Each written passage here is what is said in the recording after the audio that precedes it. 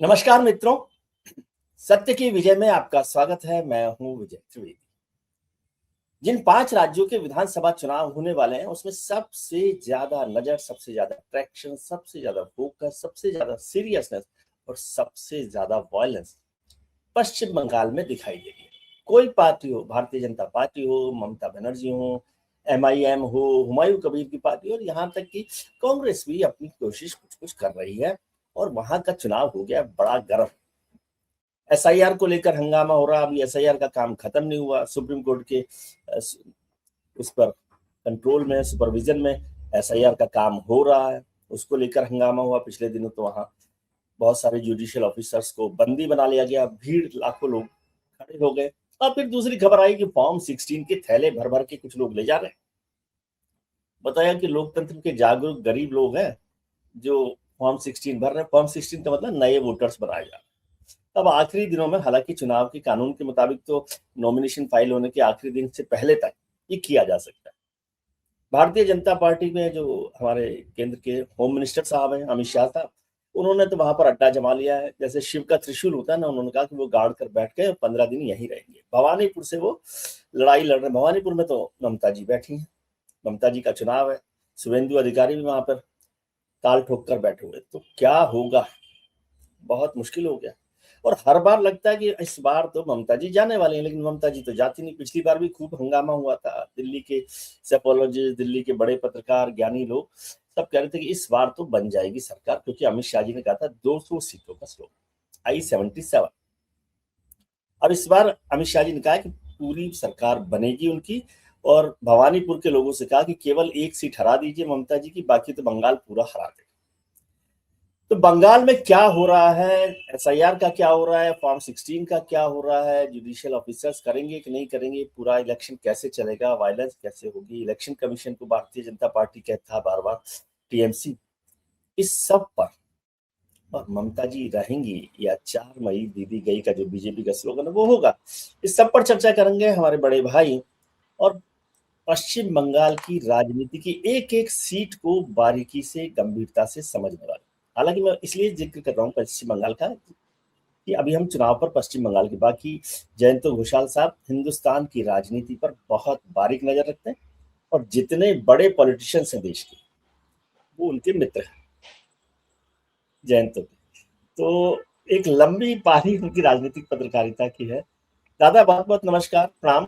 नमस्कार। नमस्कार, आपको भी बहुत बहुत बधाई। अरे सर, आपको सुनते तो लगता है कि कुछ ज्ञान मिल जाएगा। नहीं, देखिए, हमको पश्चिम बंगाल की जो राजनीति है, दिल्ली में हम रहते थे, दिल्ली में मतलब more than 40 years, now 43 years running. लेकिन विजय जी, मैं पश्चिम बंगाल के जो पत्रकारिता है, जो हमारा मीडिया था, वो बंगाल के न्यूज़पेपर मीडिया, तो आप मुझे अगर कहेंगे कि स्टालिन क्या कर रहे हैं, हो सकता है हम नहीं बता पाएंगे। लेकिन पश्चिम बंगाल में आई एम ऑनलुकर, ये मैं बोल सकता हूँ। आई एम नॉट एक्सपर्ट, तो नहीं बोल सकता हूँ, अपने आप को क्यों एक्सपर्ट बोलूं। लेकिन I am also subject to, onlooker वो होता है जो सब कुछ जानता है। हाँ, एक्सपर्ट तो वो होता है जो समझता है कि वो जानता है। नहीं, एक्चुअली हम सब्जेक्ट टू करेक्शन ऑल्सो, अगर कुछ गलती होगा। लेकिन मेरा जो अनुभव के आधार पर, और पश्चिम बंगाल में रूट भी है, और भाजपा को भी, देखिए, पश्चिम बंगाल के भी जो पत्रकार होते हैं ना, मैं बार बार विजय जी कहता हूँ, वो बीजेपी को भी प्रॉपरली नहीं समझते हैं। बहुत लोग, ऐसे नहीं है कोई नहीं समझता है, नहीं बोलूंगा, लेकिन पश्चिम बंगाल के जो बीजेपी है ना, पश्चिम बंगाल के जो बंगाली बीजेपी फ्यू लीडर्स, उनके एक्टिविटीज देख के भाजपा के बारे में एसेस करना वो भी अनुचित है। क्योंकि भाजपा एक बहुत बड़ा जहाज है। वो पश्चिम बंगाल में रहकर, भाजपा का तो अभी चैप्टर खुला ही नहीं। जितना हुआ है अभी भी अनफिनिश्ड एजेंडा है पावर में आना। लेकिन भाजपा सैचुरेटेड हो गया है ना यूपी में, हिंदी हार्टलैंड, और इसीलिए भाजपा हिंदी हार्टलैंड के बियॉन्ड, जैसे आसाम में गए, जैसे साउथ में कब से शुरू किए हैं, और ये कोशिश भी आज अचानक नरेंद्र मोदी जी, अमित शाह जी कर रहे हैं, ऐसे नहीं है। आप तो जानते हैं, आप भी उस समय बहुत एक्टिव पत्रकार थे। तो ये आरएसएस और भाजपाई अडवाणी जी के जो बीजेपी, उस समय से पश्चिम बंगाल डेस्टिनेशन बंगाल ये था। घुसपैठिया का जो मुद्दा आज भाजपा का पश्चिम बंगाल में इतना बड़ा मुद्दा है, वो क्या आज अचानक भाजपा नरेंद्र मोदी ने कोई नया कोई आविष्कार कर दिया? ये घुसपैठिया का जो इशू है, ये पार्टी का कोर इशू है, ये आरएसएस का इशू है। ये जो मुद्दा है, ये इसे बेसिक है। हम लोग बोलते थे कि भाजपा बैक टू बेसिक, तो ये बैक टू बेसिक में चले गए। आज जो सफलता मिला है कि मेजॉरिटी ऑफ द गवर्नमेंट, जैसे 370, राम मंदिर, हर इशू में यूनिफॉर्म सिविल कोड की तरफ भी जा रहे हैं। तो ये अनफिनिश्ड एजेंडा, जिसको एनडीए के जमाना में वो डीप फ्रिज में रखना पड़ा था, कि मैनिफेस्टो में भी नहीं लिख पाया था, तो उसका इम्प्लीमेंटेशन जो मोदी जी कर रहा है, घुसपैठिया उसी के अंदर, उसी मैनिफेस्टो में था।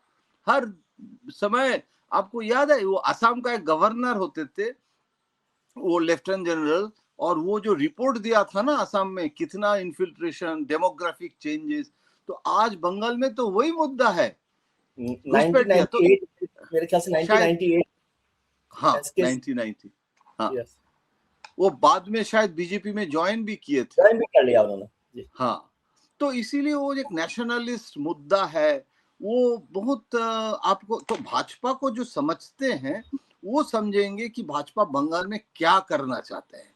देखिए, सांप का ना एक वो पॉइजन टिथ बोलते हैं होता है, तो कहते हैं कि सांप को मारने के लिए सबसे पहला काम जो होता है कि उसका जो पॉइजन टीथ है उसको निकालना। तो आज भाजपा के लिए, आई एम बीजेपी के पर्सपेक्टिव से, भाजपा के पर्सपेक्टिव से बता रहा हूं, ममता के जो टीएमसी के जो राज है, it's not individually Mamata Banerjee, but ये जो बार बार मोदी जी भी बोले हैं ना कि जंगल राज जी, तो जंगल राज, ममता जी का नाम आजकल नहीं लेते हैं दोनों ही, वो कहते हैं कि निर्ममता की सरकार। तो ये जो निर्ममता की सरकार इज ए ब्रॉड एक थीम, और ये थीम है दैट पॉइजन टिथ। और आज मैं जो देख रहा हूं जो स्ट्रैटेजी, वो स्ट्रैटेजी वाजपेयी आडवाणी जी के समय से सिर्फ लफ्ज होता था जी, लेकिन वो डायलॉग, वो स्टेटमेंट, ये जो एग्रेसिव वोटर लिस्ट, कभी ममता जी ने सोचा ही नहीं था कि इतना एसआईआर के इशू से इतना, मतलब अभी तो 80 लाख हो गया है डिलीशन। मुझे तो लगता है प्लस माइनस करके 1 करोड़ हो जाएगा। हाँ, 1 करोड़ हो जाएगा।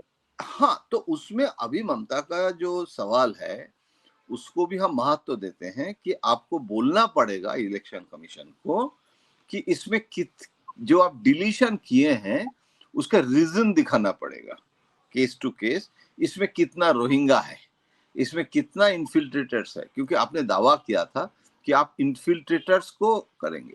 अभी ममता कह रहे हैं कि इसमें बहुत हिंदूज भी डिलीशन हुआ है, और ये हड़बड़ी में बहुत लोगों को, जैसे Matua community, there are also lot of unhappiness, जो बाद में बीजेपी ने बोला है कि आपका सिटीजनशिप के इशू के साथ इसका कोई संबंध नहीं है, आप डरिए मत। उनके जो ममता के काम कर रहे हैं, वो मतुआ वोट को इस समय वापस लाने का, जैसे यहाँ से आप इन्फिल्ट्रेटर्स को निकाल रहे हैं, दूसरी तरफ से राजवंशी, मतुआ, ओबीसी, ये जो लोग विक्टिम हुआ है इस बार एसआईआर के कारण, क्योंकि साइड इफेक्ट हो गया ना, तो उनको ममता बनर्जी भी कोशिश कर रहे हैं कि ये हैरेसमेंट जो है, और मिडिल क्लास क्या होता है, हम लोग लेजी होते हैं, वो इलेक्शन कमीशन हमको बुलाते हैं आके वो करने के लिए, हम 2 दिन तो जाते ही नहीं है, 3rd डे सोचते हैं। तो ये जो उसमें हम सोचते हैं कि अरे हमारे ऊपर हैरेसमेंट हो रहा है, ये हो रहा है। तो ये जो discontent of the Bengali middle class mass, इसको भी ममता बनर्जी अभी काउंटर स्ट्रेटेजी में कोशिश। तो लेकिन अभी ऐसे विजय जी, हम ऐसे चुनाव ना कभी नहीं देखा। इतना ट्रांसफर ऑफ ऑफिसर्स कल भी हुआ है, मतलब इतना ऑफिसर्स, एक एक एक्शन। तो इसमें क्या है, एक साइकोलॉजिकल वॉर भी चल रहा है। मतलब ममता बनर्जी और उनके जो साथी है, उनको साइकोलॉजिकली, जो ममता बनर्जी का सबसे बड़ा स्ट्रेंथ क्या है, जो राहुल जी में नहीं है, जो तेजस्वी यादव में नहीं है, इवन अखिलेश में भी कम है, वो क्या है, उसमें ना एक स्ट्रीट फाइटर, डरना नहीं है, हम किसी से डरते नहीं है, तो हम आगे। हाँ, ये इसको पहले तोड़ना, और इसीलिए अमित शाह जी बोल रहे हैं ना कि हम 15 दिन रहेंगे। क्यों भवानीपुर में, अमित शाह जी ने खुद बोले हैं कि हमने शुभेंदु को बोला, शुभेंदु नहीं बोला था। शुभेंदु तो नंदीग्राम से लड़ने के लिए इच्छुक थे, उनको भवानीपुर से लड़ाया, नंदीग्राम साथ में है, तो भवानीपुर में हारे या जीते, मान लीजिए भवानीपुर में शुभेंदु हार भी गए, लेकिन चुनाव के पहले उसमें शुभेंदु अधिकारी का तो भवानीपुर से एडिशनल ना, उनके मेन बैटल तो नंदीग्राम में है, जहां Mamata Banerjee is not fighting. और कोई लड़ रहे हैं जो शुभेंदु के साथ ही थे पहले, तो अभी हाँ, तो उसमें ममता बनर्जी को वहां जाने से क्या हो रहा है, एक साइकोलॉजिकली ममता बनर्जी के ऊपर एक प्रेशर, क्योंकि आप वो बोलते हैं ना, हिंदी में डायलॉग होता है ना कि हम घर में घुस के मारेंगे, घर में घुस कर मारे। तो ये क्या होता है भवानीपुर में, देखिए कितना ये पॉलिटिक्स, मैंने ये अच्छा है या बुरा है, ये जजमेंटल मैं आज नहीं हो रहा हूँ, क्योंकि ये हकीकत हो गया है, ये हर पार्टी करते हैं। आज देखिए भवानीपुर में शुभेंदु अधिकारी जा रहे हैं उसी दिन जिस दिन ईद था, और ईद के फेस्टिवल हर साल ममता बनर्जी जो रेड रोड है, इट्स वेरी प्रीमियम रोड, एक दिन के लिए वो परमिशन देते हैं, और पूरी माइनॉरिटीज जो हैं पश्चिम बंगाल में, वो ईद फेस्टिवल में वहां नमाज पढ़ते हैं और ईद का अनाउंसमेंट होता है फेस्टिवल का, वो लोग करते हैं। This is not a government programme. और उसमें हर मस्जिद का इमाम, टीपू सुल्तान मस्जिद, नखोदा मस्जिद का इमाम सब रहते हैं, तो मुस्लिम एमपीज हैं, एमएलएज हैं, मुस्लिम लीडर्स हैं, सब लोग आ जाते हैं। उसमें ममता बनर्जी हर साल जाते हैं, अभिषेक बनर्जी हर साल नहीं जाते थे, इस बार अभिषेक भी गए थे। और मुस्लिम जो कम्युनिटी का नमाज में वो ममता रह के उसमें नमाज भी होता है, और उसी समय एग्जैक्टली जिस समय नमाज हुआ है, एग्जैक्टली मतलब एकदम पंजिका देख के शुभेंदु अधिकारी कालीघाट में उसी दिन उसी समय पूजा दे रहे हैं। तो ये जो काउंटर नैरेटिव, और ममता बनर्जी देखिए, ममता बनर्जी का स्पिरिट, इमीडिएट जब उनको पता चला कि शुभेंदु जा रहे हैं, अगर वो कालीघाट में चले जाते फिर वो रिपीट शो होता, वो अच्छा नहीं, उनके लिए चीफ मिनिस्टर के लिए गलत वो कैंपेन होता कि वो चले गए दूसरे हिंदू टेम्पल, माँ बगला माई की, वो जो लोकल क्या है, बगला माँ तो हमारा बड़ा माना जाता है, तो वो जो मंदिर है बगला माँ की पूजा ममता करती है, बहुत करती है, तो वो भी कालीघाट में है, वो भी भवानीपुर में है। तो ऐसे जहां गुरुद्वारा में भवानीपुर में ममता जाते हैं, शुभेंदु अभी वहां जाके नॉमिनेशन के समय वहां जाके पाठ वाट करना शुरू कर दिया। अच्छा देखिए, शुभेंदु वहां से फिर लक्ष्मी नारायण टेम्पल गया, जो लक्ष्मी नारायण टेम्पल भी उसी भवानीपुर के। तो मुझे इंटरेस्टिंग, एक पत्रकार के नाते बहुत रोचक है, लेकिन इतना टेंशन, खासकर अभी मालदा में जो हुआ है कल, मीम और ये तो बहुत, मुझे तो it's not a very feel good development. नहीं, लेकिन जो बात है इम्पोर्टेंट कि बीएल संतोष साहब जो भारतीय जनता पार्टी के ऑर्गेनाइजिंग सेक्रेटरी है, वो कह रहे हैं कि ये इलेक्शन नहीं है, ये सिविलाइजेशनल वॉर है, और जयंत साहब कहते हैं कि ये साइकोलॉजिकल वॉर है। तो how do you differentiate between civilisational war and psychological war? देखिए, सिविलाइजेशन वॉर बीजेपी इसीलिए बोल रहे हैं क्योंकि एक आइडियोलॉजिकल, और आरएसएस के जो फेवरेट है कि एक मूवमेंट को थियोराइज करना, उसको अभी क्या है पश्चिम बंगाल में बीजेपी जो सिविलाइजेशन वॉर बोल रहे हैं, बेसिकली मैं तो कहूंगा, और ज्यादा थियोरिटिकल लगेगा, लेकिन दीनदयाल उपाध्याय जी का जो इंटीग्रल ह्यूमनिज्म, कल्चरल नेशनलिज्म का जो आरएसएस का जो फिलोसॉफी, और हिंदुत्व एज ए कल्चर, वो तो जैसे मोहन भागवत जी बार बार बोलते हैं ना कि हमारे यहाँ जो मुस्लिम है, we are not anti Muslim, हम लोग जो है वो हम हिंदू जो संस्कृति है उस संस्कृति को हम लोग आगे बढ़ाना चाहते हैं। और जहां ये जो स्यूडो सेकुलरिज्म, माइनॉरिटी वोट के लिए आप स्यूडो सेकुलर बन गए हैं, मुस्लिम का डेवलपमेंट नहीं किया है। अगर डेवलपमेंट होता तो सच्चर कमेटी का रिपोर्ट में इतना नकारात्मक स्थिति तो नहीं दिया जाता था। तो इससे it's not the issue of Mamata Banerjee, इससे यो तो नेहरूवियन एक जो नरेशन था वेस्टर्न और ये सब मिला के, उस समय है ना, वो जो छोटा धोती पहनते थे और सीखा रहता था, तो लोग कहते थे कि ये तो हमारा है वेस्टर्नाइज अगर होते हैं तो इंडियन कल्चर।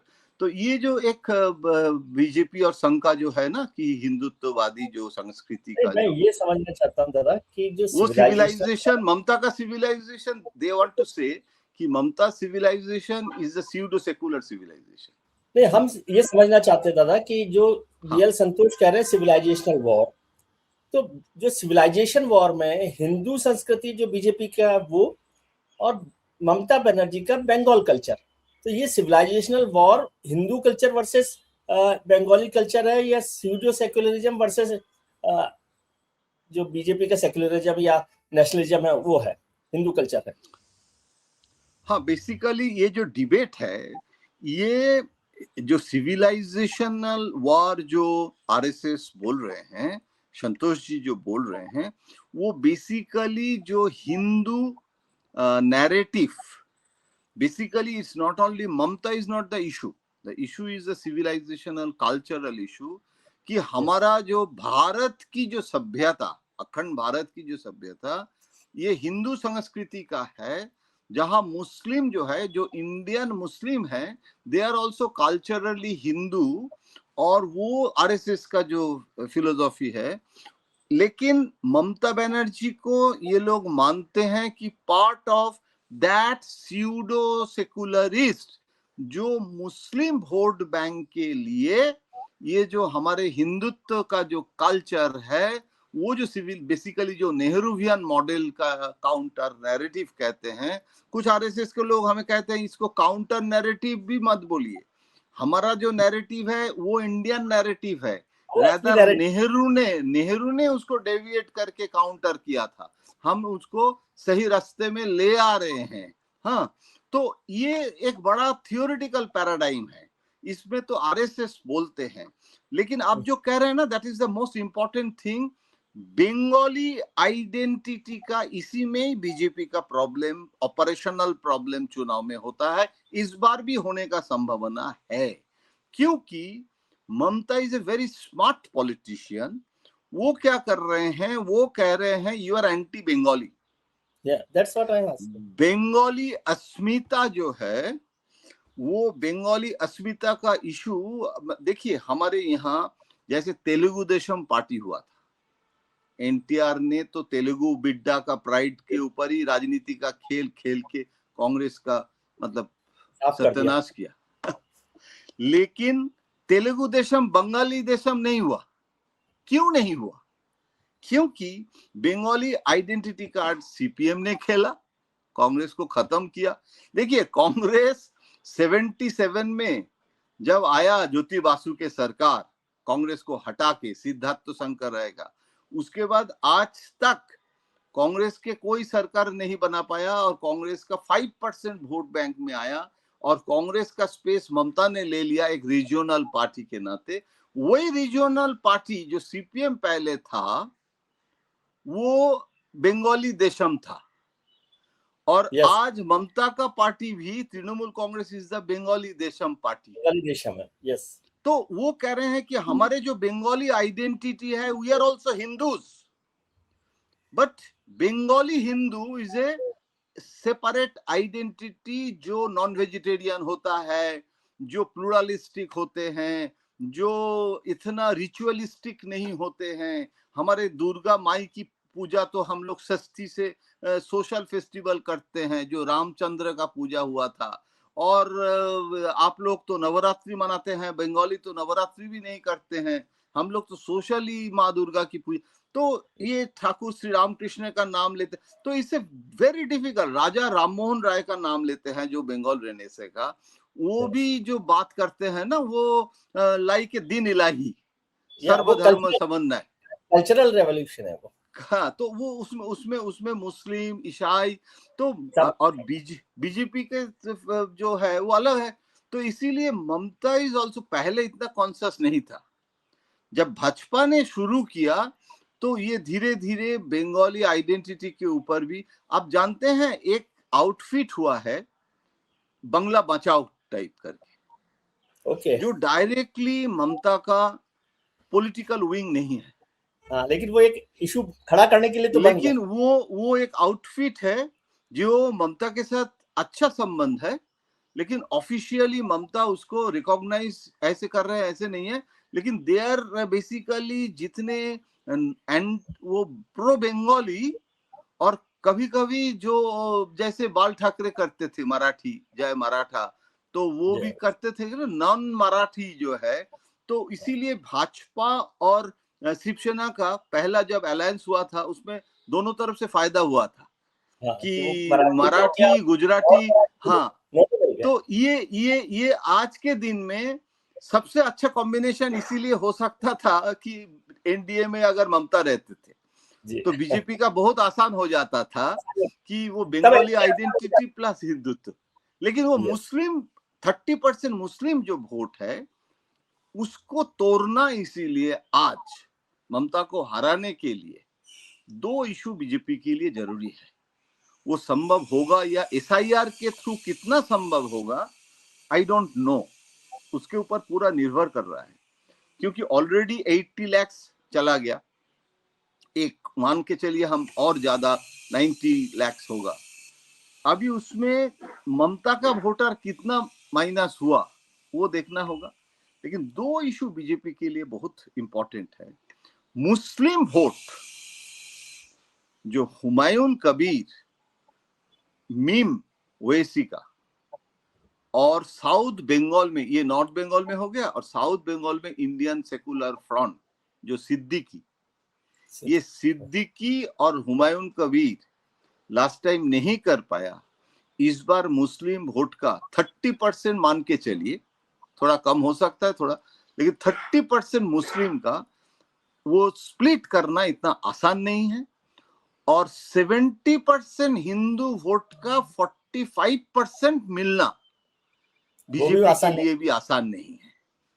तब बीजेपी अगर मुस्लिम वोट का ब्रेक कर सकते हैं एंड 45% ऑफ द 70% मिल सकता है, तब खेल हो गया है बीजेपी के लिए। लेकिन मुश्किल है जी। एक चीज और समझाइए, मैं ये इस पर आपसे बात करूं, बहुत इंटरेस्टिंग बात है मुस्लिम वाला, लेकिन ये समझाइए कि बीजेपी बंगाल में डॉक्टर श्यामा प्रसाद मुखर्जी की पार्टी है, ठीक है, जनसंघ का जो फाउंडर है, अध्यक्ष है, फाउंडर प्रेसिडेंट है, वो श्यामा प्रसाद मुखर्जी रहे। श्यामा प्रसाद मुखर्जी एक्टिव भी रहे, पॉलिटिक्स में रहे, हिंदू महासभा में रहे। उससे पहले डॉक्टर हेडगेवार अनुशीलन समिति में 1930 में 40s में वहां रहे, लड़ाई लड़ते रहे। फिर जो गुरुजी गोलवलकर है वो रामकृष्ण मिशन में अखंडानंद सरस्वती के साथ दीक्षा करते हैं। तो एक बंगाल कनेक्शन इतने 100 साल से चल रहा है, मैं इसको 100 साल मानता हूँ, 70 साल मानता हूँ।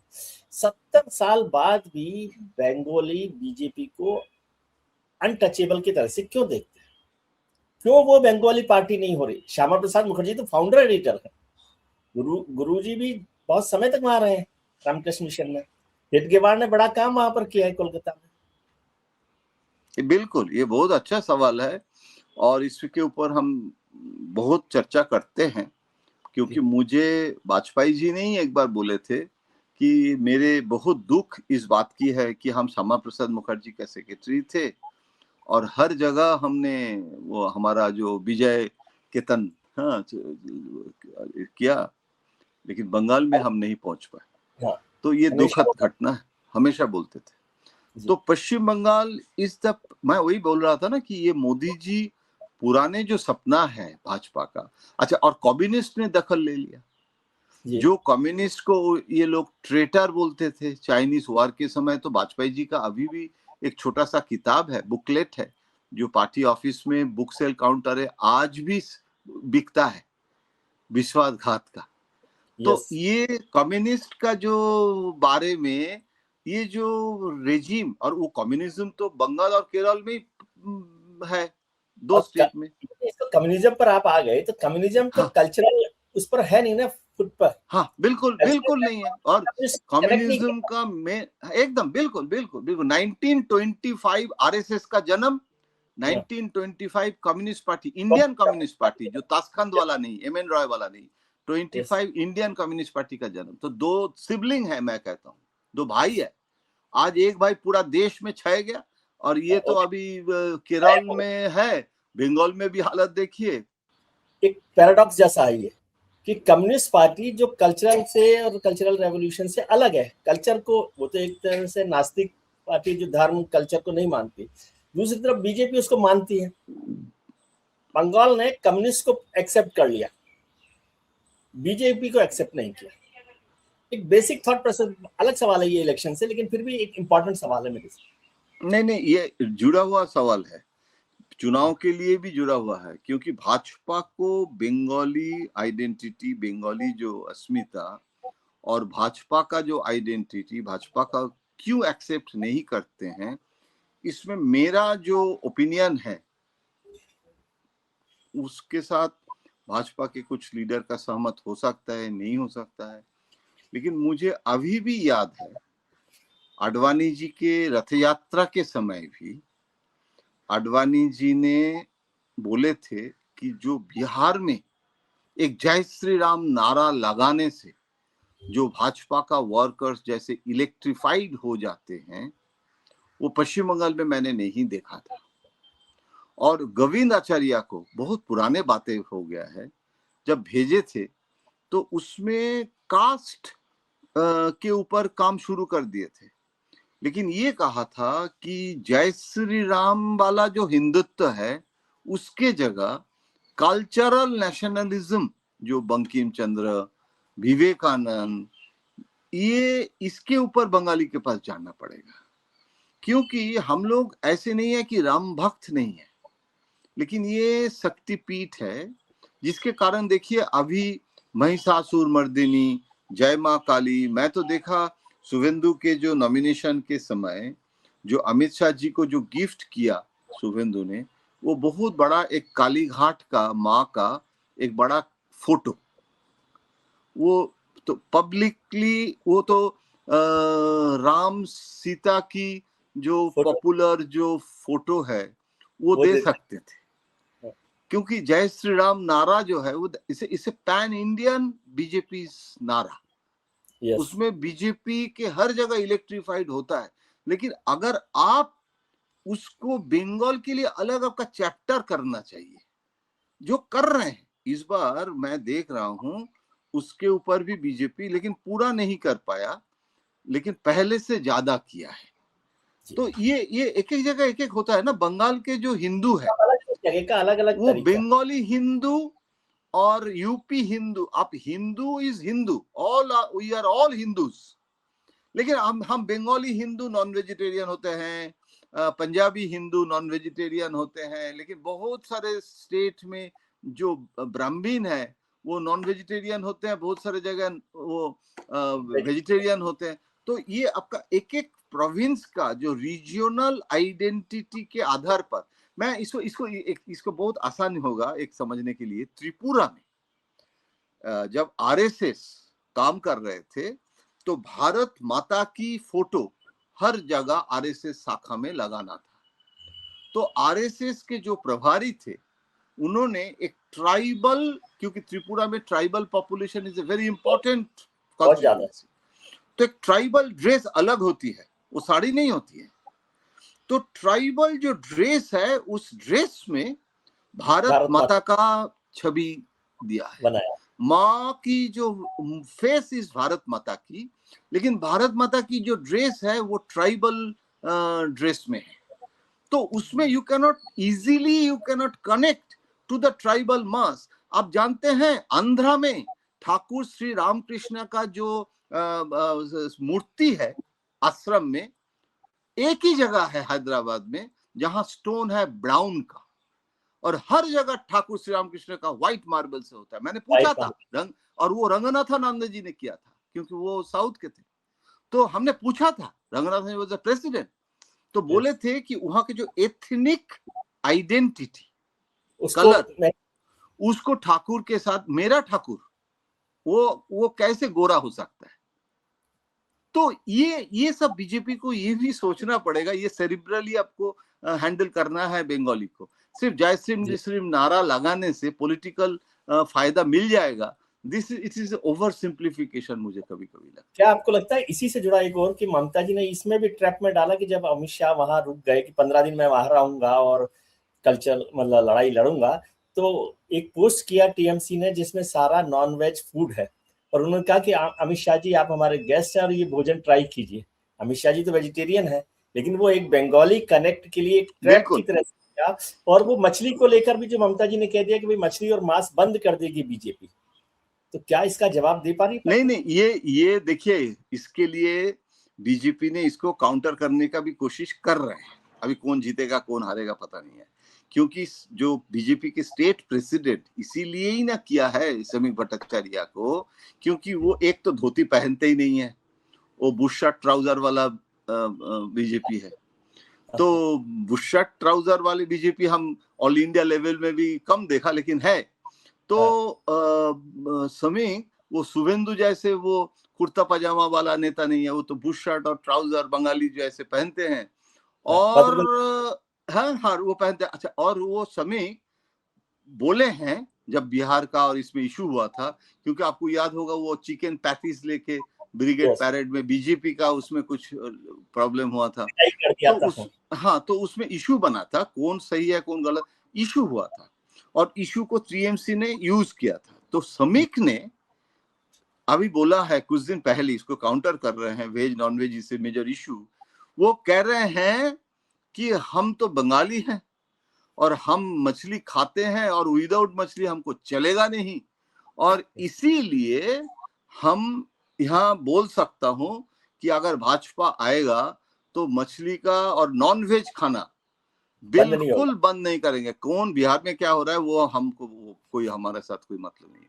तो he is countering because his face is a more liberal face, तो उसको वो मोर भद्रलोक बंगाली आइडेंटिटी के साथ, जो शुभेंदु का मुझे कभी कभी लगता है it's a two prong strategy of BJP also, कि शुभेंदु एक तरफ थोड़ा हाइपर नेशनलिस्ट हिंदू कार्ड खेलता है, और ये थोड़ा वो राममोहन राय वाला जो फिलोसॉफी ऑफ बंगाली आइडेंटिटी, तो ये दोनों मिला के कर रहे हैं, कोशिश कर रहे हैं। लेकिन ममता का एग्रेसिव कैंपेन है।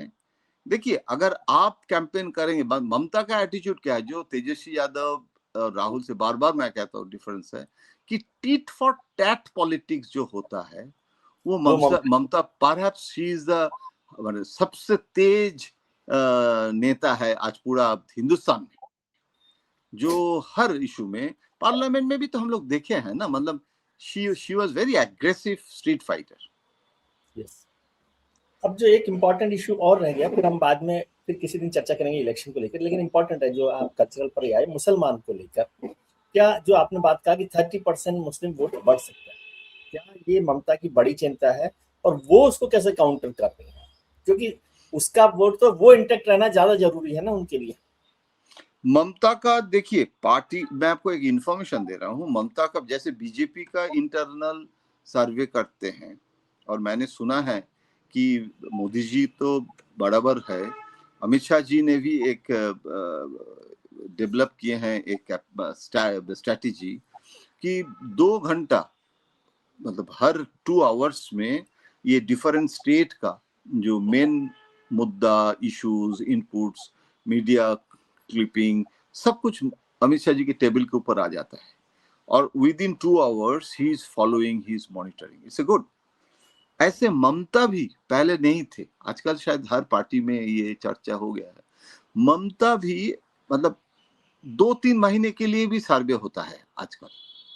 अभी एक इशू हुआ, मान लीजिए महुआ मैत्र ने कुछ बोल दिया गुजराती के ऊपर, उसका असर क्या हुआ? वो महुआ के ऊपर बहुत नाराज हो गया ममता, और उसको माफी उसके लिए, क्योंकि वो लोकल गुजराती भी भवानीपुर में बहुत है ना, और वो ममता के साथ अच्छा रिश्ता है उनके, तो ममता ने बहुत नाराज हो गया है को तुम तो इसके क्या असर हो सकता है? ये क्विक सर्वे, ये पहले हम लोग जब पत्रकारिता में थे तब इतना वो तो एक दिन इलेक्शन के लिए, 3 दिन के लिए, क्या उसको तैयार करके चलते थे पहले तो हाँ पार्टी। एक सर्वे होता था, चलो ठीक है, लेकिन ये जो 2 घंटा के लिए सर्वे, एक दिन के लिए quick survey, quick what is the impact of this, तो ये एक मुस्लिम के ऊपर किया है। क्योंकि आज जो अभी बातचीत हम कर रहे हैं इस समय, Mamata Banerjee she is in Malda, and Malda में वो कैंपेन शुरू कर रहे हैं जहां सबसे मुस्लिम डोमिनेटेड एरिया है। तो उसके पहले ममता ने जो फीडबैक लिए हैं, उसमें Mamata is happy with that internal survey, whether is correct और wrong I am not going to that. उसमें Muslim vote, they are more insecure today.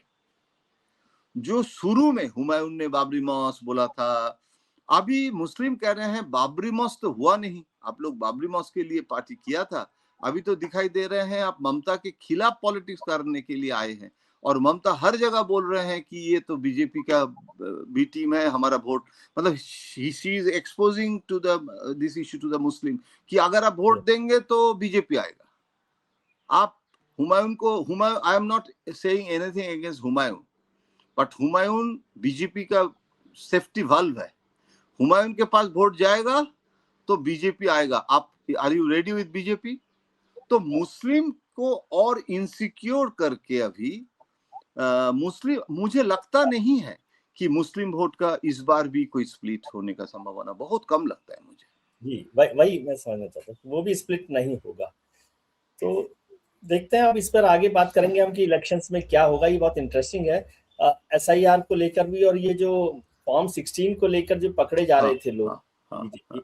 क्या ममता जी ये इलेक्शन इशू बना पाई है? बिहार में तो नहीं बना कि भाई ममता को हराने के लिए बीजेपी और चुनाव आयोग मिलकर एसआईआर और ये फॉर्म 16 का खेल कर रहे, क्या ये इशू बन पाया? बिहार में नहीं बना था। नहीं, देखिए दोनों तरफ से कैंपेन चल रहा है, इशू तो है।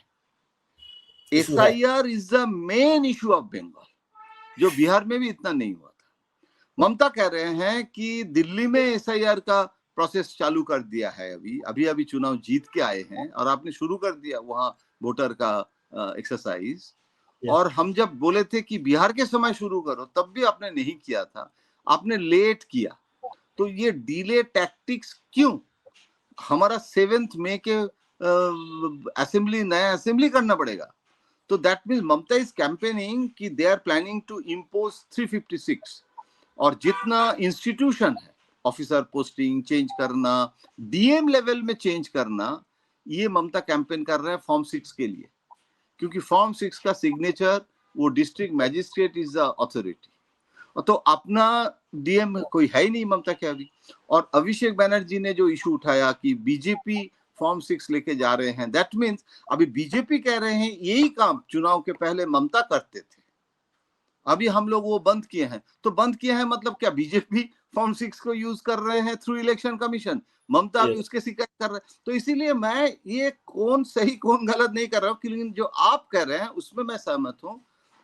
वेस्ट बंगाल में SIR form 6, the last minute inclusion, ये बहुत बड़ा चुनाव मुद्दा है। अभी कितना डिलीशन होगा, इसमें कितना हिंदू जाएगा, कितना मुस्लिम डिलीट हुआ है, अभी तक तो इलेक्शन कमीशन ने डिलीशन का लिस्ट पब्लिक नहीं किया। अच्छा, आखिरी सवाल अमित शाह जी पर ही खत्म करते हैं, हम चुनाव पर नहीं कर रहे, कि अमित शाह ममता बनर्जी के खिलाफ 15 दिन धरना देकर मतलब वहां बैठ रहे हैं। क्या इस इशू को आप देखते हैं कि एक होम मिनिस्टर, एक स्टेट चीफ मिनिस्टर के खिलाफ ऐसा कैंपेन नॉर्मली नहीं होता, इसका कोई फायदा नुकसान आप देखते हैं? देखिए, ममता बनर्जी के कैंप बोल रहे हैं कि अमित शाह जी 15 दिन ममता जी के लिए और भवानीपुर में आके भी कैंपेन करना, देश के होम मिनिस्टर, तो ये ममता बनर्जी को आप इम्पोर्टेंस दे रहे हैं जो राहुल गांधी, स्टैलिन या बिल्कुल अखिलेश किसी के लिए कभी नहीं किया आपने। तो that means you are giving importance to Mamata Banerjee. Mamata Banerjee को तो आप नेशनल लीडर बना दिया, लेकिन ममता बनर्जी के लिए 15 दिन बिताना के जो घोषणा, मुझे लगता है ये अमित शाह जी ने डेलिबरेटली इसमें दो फायदा बीजेपी का होता है। एक है कि बीजेपी के जो वर्कर्स हैं, सपोर्टर्स हैं, उसको एक विटामिन मिलता है, एक इम्पेटस मिलता है कि द देश के home minister, he is the sentinel, हमारा रक्षा करने के लिए ये है। तो ये हमारे भैरव जी है, हाँ, काल भैरव जैसे वो चौकीदार है, हाँ, बाबा विश्वनाथ मंदिर के पहले जैसे होता है। तो ये एक बीजेपी वर्कर्स में अमित शाह जी का प्रोटेक्शन के एक अनुभूति। लेकिन नंबर 2 फैक्टर इसमें और एक फायदा है कि अमित शाह जी जानते हैं कि पश्चिम बंगाल के जो बंगाली बीजेपी है उसका जो लैक ऑफ ऑर्गेनाइजेशनल कैपेबिलिटी, एक लीडर ना होने के कारण 10 झगड़ा, वो तो बहुत कठिन था दिलीप घोष को भी ऑन बोर्ड लाना। अब देखिए शुभेंदु के नॉमिनेशन में दिलीप घोष चले गए, जिसको दिलीप घोष को हराया था शुभेंदु, टिकट नहीं दिया था मिदनापुर से, वो हाथ किया शुभेंदु ने विथ ग्रेटफुलनेस। तो ये अमित शाह जी के लिए हुआ ना। दिलीप घोष ने पब्लिकली बोला है आप क्यों आए, बोले अमित शाह जी ने मुझे बुलाया और बोले हैं कि काम करना पड़ेगा। तो ये अमित शाह जी का जो रोल है, मैं कहता हूं the importance of being Amit Shah in west Bengal. अगर बीजेपी हारता है तो भी कितना होगा ग्रोथ होगा, वो तो एनालिसिस होगा, वो अमित शाह जी का बड़ा सेटबैक होगा। मोदी जी से भी ज्यादा सेटबैक अमित शाह जी का। आप इसको अगर अमित शाह ममता, अमित शाह जी का चुनाव है ये, इसे battle between Amit Shah and Mamata हो गया है। लेकिन अगर बीजेपी जीत गए, हम दोनों तरफ से बोलना है, अगर हार गए तो लेकिन अगर बीजेपी जीते तो नेशनल पॉलिटिक्स में मुझे तो लगता है कि पश्चिम बंगाल जीतेगा तो अमित शाह जी का prime ministerial candidature after Modi वो चर्चा का विषय हो जाएगा, आप देख लीजिएगा। सर बहुत लोग हैं आफ्टर मोदी वाले लोगों पर, तो फिर हम चर्चा करेंगे। नहीं, वो होता था ना पोस्ट नेहरू। सही बात बोला। इट्स नथिंग पर्सनल, ये एकेडमिक एक डिस्कोर्स जर्नलिस्ट का काम ही है। वो निखिल चक्रवर्ती ने लिखा था पोस्ट नेहरू हु, तो हम लोग पोस्ट मोदी हु, ये लिखने का तो बोलने का अधिकार पत्रकार का तो है। बिल्कुल बिल्कुल बिल्कुल। और जो समझ रहा है जी, चलिए सर इस पर चर्चा करेंगे, फिर अगले हफ्ते चर्चा करेंगे कौन जीत रहा है कौन हार रहा है। लेकिन ये वेरी इंटरेस्टिंग डिस्कशन, और आपके साथ इस बात को समझने में मजा आता है, पूरी बंगाल को, बंगाल कल्चर को समझने का एक अलग है। Thank you very much sir, thank you, बहुत बहुत शुक्रिया आपका। आप अपना ख्याल रखिए और उनका ख्याल रखिए जो आपका ख्याल रखिए। मित्रों, परिजनों, रिश्तेदारों के साथ खुश रहिए, मस्त रहिए, व्यस्त रहिए, स्वस्थ रहिए, और जयंतो जी की तरफ से जागृत रहिए। Thank you.